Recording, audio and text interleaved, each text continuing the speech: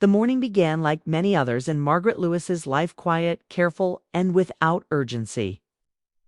The house in Vermont held a stillness that had grown familiar over the years.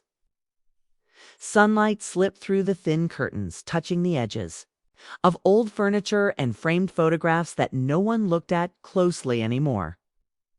Margaret sat near the window, holding a cup of coffee she had forgotten to drink. She watched the street outside, where nothing ever really happened, and told herself that this calm was enough. She had learned how to live with low expectations. Margaret was 56, widowed for nearly 7 years, and used to being alone. Not lonely, at least that was the word she preferred, but alone in a way that felt settled. Her days followed a simple pattern. She woke early, cleaned slowly, cooked for one, and spent evenings reading or listening to quiet music. Friends had drifted away with time. Invitations had stopped coming. She did not chase them. Life felt easier when she did not ask for more than it was willing to give. Her son, Daniel, was the only constant. Daniel lived in Toronto. He worked in marketing, stayed busy, and called her twice a week. Their conversations were kind but light. He asked if she was eating well. She asked if he was sleeping enough. They laughed politely and avoided deeper topics. Margaret believed that grown children should not be burdened with their parents' emotions. She kept her feelings small so he could live freely. That morning she was thinking about Daniel, wondering if she should call him later, when a sudden knock broke the silence. It was firm, confident, unexpected. Margaret frowned and placed the coffee cup down. No one ever came without calling first. She walked to the door with slow steps, her heart steady but curious. When she opened it, the world shifted. Daniel stood on the porch. He looked older than the last time she had seen him, taller somehow. There were shadows under his eyes and a seriousness she did not recognize. A small suitcase rested near his feet. For a moment, neither of them spoke. "Hi, Mom," Daniel said, his voice soft but unsure. Margaret's breath caught. Surprise rushed through her before she could control it. She reached out without thinking and pulled him into a tight hug. He held her just as tightly, and for a brief second, the years between them disappeared. "You didn't tell me you were coming?" he said when she finally stepped back. "I know," he replied. "I wanted it to be a surprise." She searched his face, trying to understand. Daniel did not do things without a reason. They went inside, and Margaret moved on instinct. She took his coat, placed his suitcase by the stairs, and started making tea. Her hands shook slightly, but she ignored it. She told herself this was just excitement, nothing more. Daniel sat at the kitchen table watching her. He noticed how she had grown quieter since the last visit, how her movements were careful, almost guarded. The house felt tidy but empty, like it was waiting for something that never came. "You look tired," Margaret said, glancing at him. He smiled. "I could say the same." They laughed lightly, but the sound faded quickly. As they drank tea, Daniel explained that he had taken a few days off work. He said he needed a break. Margaret nodded, though she sensed there was more he was not saying. She did not ask. Asking questions often led to answers she was not ready to hear. Later, she cooked dinner while Daniel unpacked. He moved through the house quietly, opening doors, looking at shelves, noticing small changes. New curtains, fewer photos. The absence of things that once filled the space with warmth. At dinner, they talked about simple things: the weather, job, a neighbor who had moved away. Margaret kept her voice calm and her smile gentle. She did not mention the nights she stayed awake too long. She did not mention the empty chair across from her at the table. Daniel noticed after dinner. They sat in the living room. The television played softly, but neither of them watched it. Daniel leaned forward, resting his elbows on his knees. "Mom," he said, "when was the last time you did something just for yourself?" Margaret paused. The question felt heavier than it should have. "I don't know," she answered honestly. "I don't really need much." Daniel looked at her for a long moment. "That's not what I asked." She met his eyes, then looked away. The room felt smaller. "I'm fine," she said. "You don't have to worry about me." "I do worry," he replied. "You never talk about how you feel anymore." Margaret smiled, but it did not reach her eyes. "That's because there's nothing new to say." Daniel nodded slowly, but his expression showed doubt. That night, Margaret lay awake in her bed, staring at the ceiling. The house no longer felt empty, yet her heart felt unsettled. Daniel's presence brought comfort, but also questions she had learned to avoid. She wondered why he had really come. She wondered if she had hidden herself too well. Down the hall, Daniel sat on the edge of the guest bed, scrolling through his phone without reading anything. You thought about his mother sitting alone every night? About how strong she tried to be? About the way she brushed away her own life as if it no longer mattered? He had not come just to visit. The next morning, Margaret woke early and found Daniel already dressed. He stood by the window, looking outside like she often did. "Couldn't sleep?" she asked. "Not really," he said. "I was thinking." She nodded. Thinking was dangerous territory. They ate breakfast quickly. Daniel suggested they go out later, maybe for a walk. Margaret agreed without enthusiasm. She preferred the safety of routine, but she also felt a strange pull to follow his lead. As the day went on, Daniel watched his mother closely the way she hesitated before answering questions, the way she filled silence with small tasks. He realized how much of herself she had put away. By afternoon, he finally spoke. "Mom," he said carefully, "do you ever feel like you stopped living?" The question landed hard. Margaret looked at him, surprised by the honesty. Her first instinct was to deny it, to protect both of them. But something in Daniel's eyes made her pause. "I survived," she said slowly. "Sometimes that has to be enough." Daniel swallowed. "But you're still here." She did not respond. Outside, the sun dipped lower, casting long shadows across the room. Margaret felt a quiet fear rise in her chest, not of her son, but of what his visit might uncover. She had spent years keeping her heart still, safe, closed. That evening, Daniel told her he had something planned for the next day. He did not explain what it was. "You'll see," he said with a small smile. Margaret nodded, her hands folded tightly in her lap. For the first time in years, she felt unsure of what tomorrow would bring. She had lived with zero expectations for so long that hope felt unfamiliar. And yet, as she turned off the lights that night, she sensed that something was already changing, and that her son had come not just to visit, but to gently open a door she thought had been closed forever. The morning arrived with a soft chill in the air, crisp enough to carry the smell of fallen leaves and the faint scent of wet earth. Margaret Lewis woke to a quiet house, the kind of silence that felt heavy and full at the same time. She had slept better than the night before, though her mind raced with thoughts of Daniel and the hint of something unusual in his behavior. He had not said much about his plans for the day, only that he wanted her to accompany him. She dressed quickly, choosing a warm sweater and comfortable shoes, and made her way to the kitchen, where Daniel was waiting with a small bag packed for the outing. His expression was calm, but there was a spark in his eyes she had not seen in a long time, a spark that hinted at intention, purpose, and maybe a secret he was holding close. They left the house quietly, the leaves crunching under their feet. As they walked to the car, Margaret had never been to Toronto with Daniel, never experienced the life he had built for himself in the city. The drive was filled with small talk about the weather, traffic, and the colors of the trees, but beneath the surface, Margaret felt an undercurrent of tension. She did not know what to expect, and that uncertainty both frightened and excited her.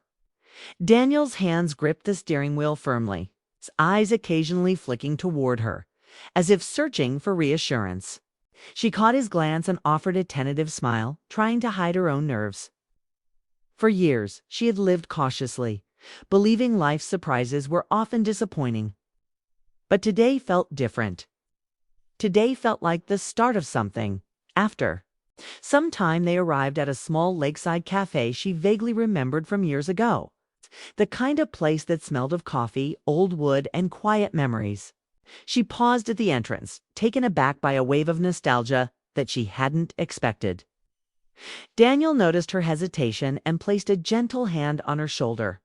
"It's okay," he said softly. "You'll see." She nodded, drawing in a deep breath before stepping inside. The air was warm and comforting, filled with the soft hum of conversation and clinking cups. Margaret's eyes scanned the room and landed on a man seated near the window, a book in his hands. He looked up, surprised, and then a slow smile spread across his face. Margaret froze. The man was someone she had known long ago, someone from a past that she had tucked carefully away. Thomas Carter. She had not seen him in years, not since before life's grief and responsibilities had taken over. The sight of him brought back memories of laughter, of warmth, of a time when love had felt effortless. Her chest tightened, and she felt an unfamiliar mix of excitement and fear. Daniel, sensing her reaction, gave a small nod and stepped aside, allowing her to approach. Margaret's steps were careful, tentative. She did not know if she was ready to confront this part of her past, but something in Daniel's presence gave her courage. Thomas rose as she approached. "Margaret," he said, voice low but steady. "It's good to see you." She smiled, unsure whether to speak or simply let the moment exist. The air between them held a tension that was at once thrilling and tender. They sat together, talking cautiously at first. Margaret found herself drawn into the conversation, remembering details of who Thomas had been, who she had been, and how much the years had changed them both. They spoke about time past, about loss and the quiet ache of living without what the heart sometimes craves. Margaret noticed how he listened with intent, how he reacted not just to her words, but to the subtle expressions she did not even realize. She was giving away. For the first time in years, she felt seen not as a widow, not as a mother, but as a woman capable of feeling deeply, capable of longing, capable of hope. Daniel waited outside, quietly pacing, glancing through the window. Every so often, he felt a mix of anxiety and pride. He had orchestrated this moment not to rekindle a romance, but to remind his mother of the love she deserved. Even after years of silence and solitude, time seemed to stretch as they talked. Margaret found herself laughing at small jokes she remembered, sharing with Thomas the sound of it, unfamiliar yet comforting. She noticed how natural it felt to be in his presence, how her past and present collided in a way that was neither painful nor overwhelming. Daniel's plan had worked in ways she could not have imagined. She had not expected a reunion, a rekindling of old feelings, or even the stirrings of something new. And yet here it was, quiet, gentle, undeniable. As the conversation waned, Margaret felt a heaviness lift from her chest. For years, she had carried the weight of grief and responsibility alone. Now, she realized that life still held moments of surprise, moments that could spark joy and hope when she least expected them. When they stepped back outside, the sun had begun its slow descent, casting golden light across the lake and reflecting. On the rippling water, Margaret's hands trembled slightly, not from cold, but from the rush of emotion she had tried to suppress. Daniel approached her, smiling softly. "How do you feel?" he asked. She looked at him, her eyes glistening with tears she refused to hide. "Different," she admitted. "Alive, somehow." Daniel nodded, understanding that words were not enough. They walked back to the car in silence, each step deliberate, each breath measured, as if savoring a fragile moment that could disappear if rushed. The drive home was quiet, but the atmosphere was charged with new possibilities. Margaret found herself reflecting on her life, on the choices she had made, and on the barriers she had erected around her heart. She thought about the years she had spent protecting herself, the moments of longing she had ignored, the small dreams she had buried under routine and grief. Now, with Daniel's guidance and Thomas's presence in her life, She realized that it was not too late. Love, connection, and joy could still find her. She thought about her son's gentle insistence, his awareness of her needs without ever forcing her, and she felt a surge of gratitude.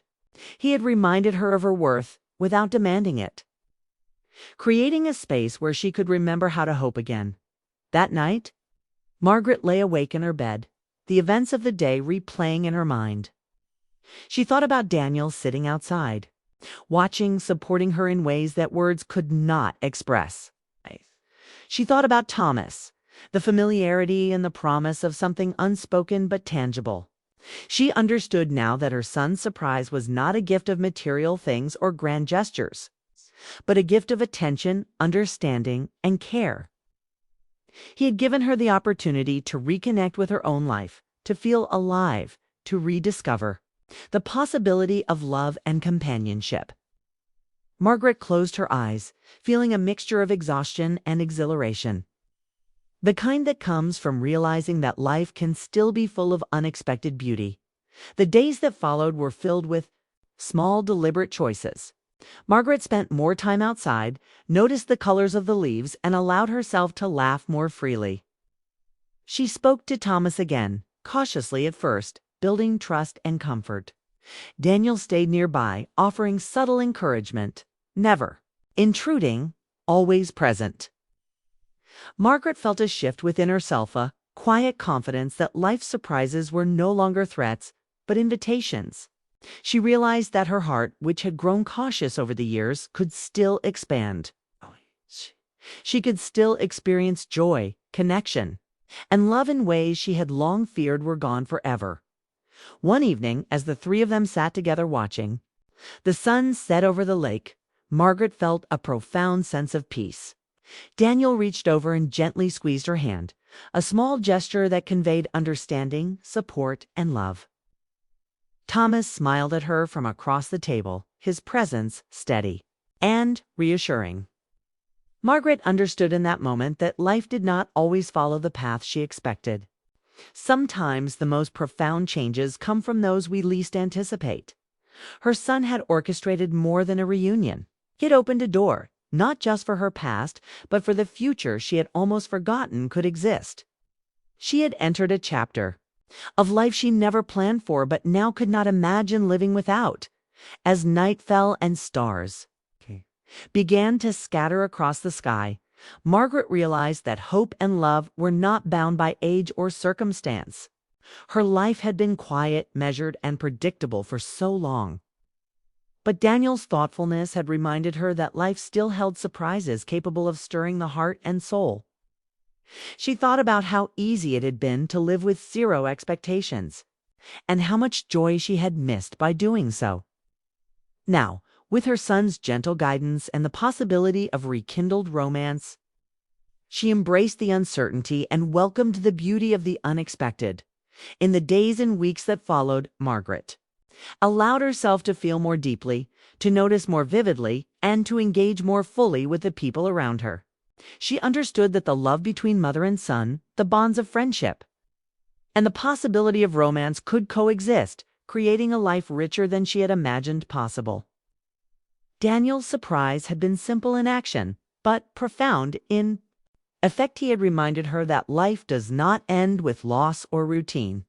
It continues, sometimes quietly, sometimes boldly, and always with the potential to bring joy, connection, and love when least expected. For Margaret, the journey was not about grand gestures or dramatic changes. It was about rediscovering herself, allowing herself to hope, and accepting that life's surprises were gifts, carefully wrapped and placed in her path by those who loved her most.